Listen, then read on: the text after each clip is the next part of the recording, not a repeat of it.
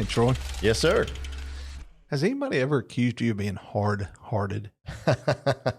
Well, I won't get into the details of that, but yes, I unfortunately have been called that a time or two.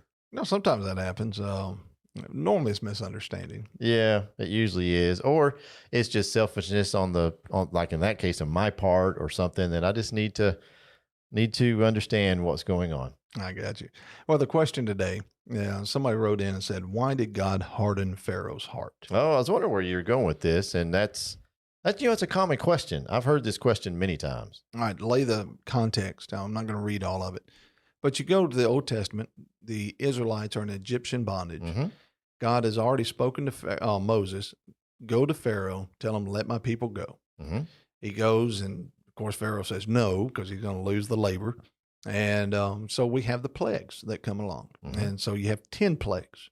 And after a plague, it would say, well, almost maybe like Pharaoh's going to let him go. But it says God hardened Pharaoh's heart. Hmm. He even says, "I will harden his heart."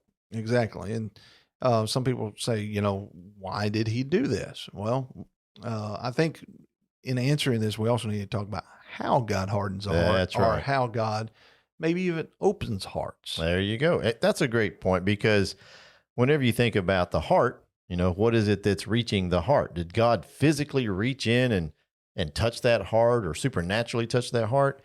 Well, if you pay attention to context and you pay attention to what you see all through the teaching of the scriptures, you come to passages like, for example, in Acts chapter 16, verse 14, it talks about Lydia and how the Lord opened her heart.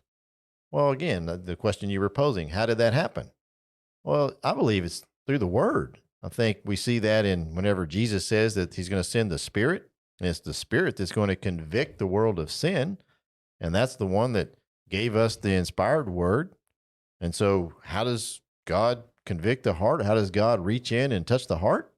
I believe it's through the word. It is. And sometimes it can even be totality of circumstances that's going on. Mm. Because we know God doesn't affect the free will of man, but he can allow for an influence.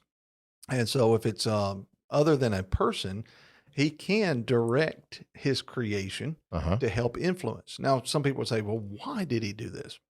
You got to go back to what the plagues were. Remember the first several plagues. It wasn't just the Egyptians that suffered. It was the That's Israelites right. too. That's right. And every single plague was actually an attack against an Egyptian god. Now, fast forward real quick. Remember the problem they had in the wilderness was that they wanted to keep returning Mm-hmm. to those Egyptian gods, the Mhm. golden calf that they would fashion. Where did they get that from? From Egypt.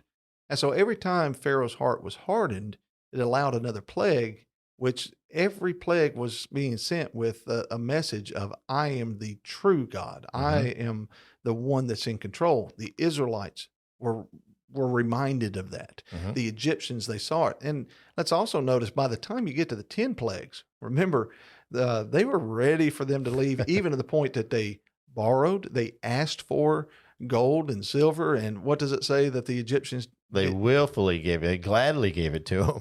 And so God was preparing his people as well as the Egyptians for the departure and the fulfillment of a prophecy that those Israelites would go to the land of Canaan. And so why did God harden Pharaoh's heart? To bring about his will, the fulfillment of prophecy, so that we can one day read the glorious New Testament about Jesus coming in this world to bless all families of the earth. Amen.